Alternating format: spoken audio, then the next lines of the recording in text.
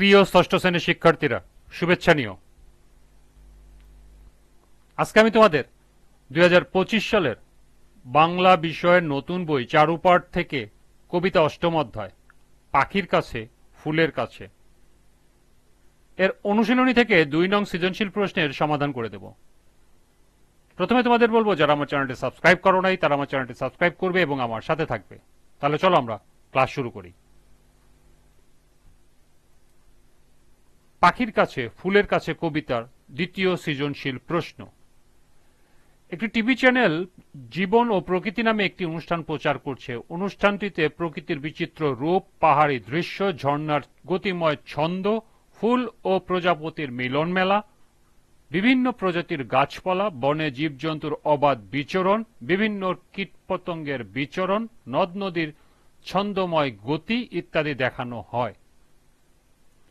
শর্মিলী তার বাবার কাছে প্রশ্ন করল, জীবন ও প্রকৃতি নামে টেলিভিশনে যে অনুষ্ঠানটি প্রচার করছে তাতে আমাদের শিক্ষণীয় কি? বাবা বললেন, এদের সহাবস্থানের মধ্য দিয়ে প্রকৃতির পূর্ণতা পায়। এক কথায় বলা যায় এরা একে অপরের পরিপূরক। প্রথম প্রশ্ন, কবি আল মাহমুদ কত সালে জন্মগ্রহণ করেন? দ্বিতীয় প্রশ্ন, কবি পাখির কাছে ফুলের কাছে কবিতায় কিভাবে নিসর্গ প্রেম প্রকাশ করেছেন? তৃতীয় প্রশ্ন, উদ্দীপকে বর্ণিত অনুষ্ঠানটি কোন অর্থে পাখির কাছে ফুলের কাছে কবিতার প্রতিচ্ছবি ব্যাখ্যা করো। এবং সর্বশেষ প্রশ্ন, শর্মিলীর বাবার সর্বশেষ উক্তির যথার্থতা পাখির কাছে ফুলের কাছে কবিতার আলোকে বিশ্লেষণ করো। চলো এখন আমরা এই 4টি প্রশ্নের সমাধান দেখে নিই।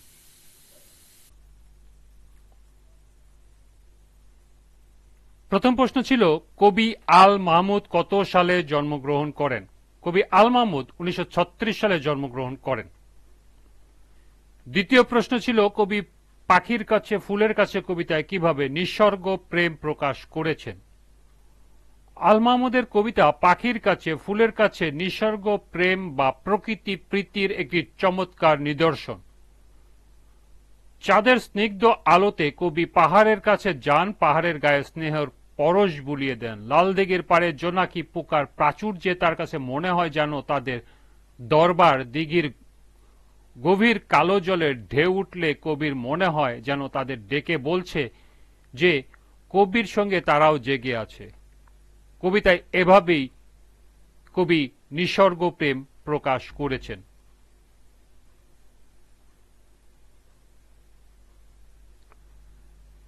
তৃতীয় প্রশ্ন ছিল, উদ্দীপকে বর্ণিত অনুষ্ঠানটি কোন অর্থে পাখির কাছে ফুলের কাছে কবিতার প্রতিচ্ছবি ব্যাখ্যা করো।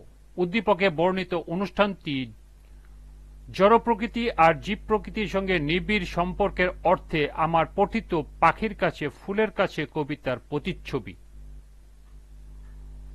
প্রকৃতির সব উপাদান মিলিয়ে বিচিত্র রূপ প্রকাশ পায়। প্রকৃতিতে সবকিছুর পারস্পরিক সম্পর্কই সেজে আছে বলেই তা দেখতে এত মনোরম লাগে।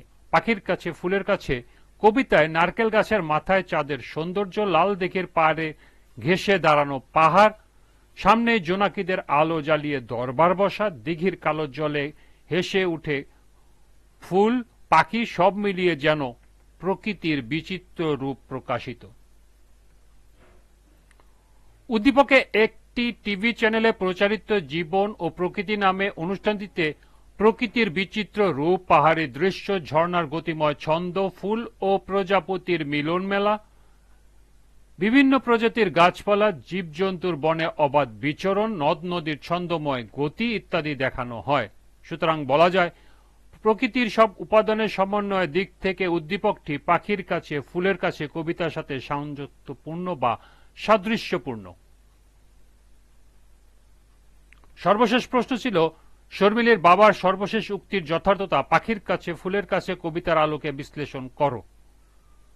শর্মিলীর বাবার সর্বশেষ উক্তি পাখির কাছে ফুলের কাছে কবিতার আলোকে সঠিক। জড় প্রকৃতি ও জীব প্রকৃতি মিলিয়েই প্রকৃতির পূর্ণ রূপ প্রকাশ পায়। এতে প্রকৃতির বিচিত্র রূপ উপভোগ করা যায়। জীব প্রকৃতি এবং জড় প্রকৃতি প্রত্যেকে একে অন্যের যেন পরিপূরক, সব মিলিয়েই অপার সৌন্দর্যের সৃষ্টি করেছে।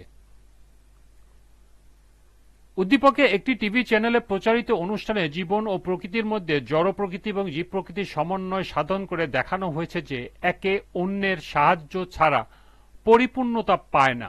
পাখির কাছে ফুলের কাছে কবিতায় কবি প্রকৃতির বিভিন্ন অনুষদের সমন্বয়ের দৃশ্যটি উপস্থাপন করেছেন, যা কবির চোখে বিচিত্রভাবে ধরা দিয়েছে। সুতরাং বলা যায় পাখির কাছে ফুলের কাছে কবিতায় আলোকে শর্মিলী বাবার সর্বশেষ উক্তিটি যথার্থ হয়েছে। এই ছিল দ্বিতীয় সৃজনশীলের 4টি প্রশ্নের সমাধান। আজকের ক্লাসটি এ পর্যন্তই।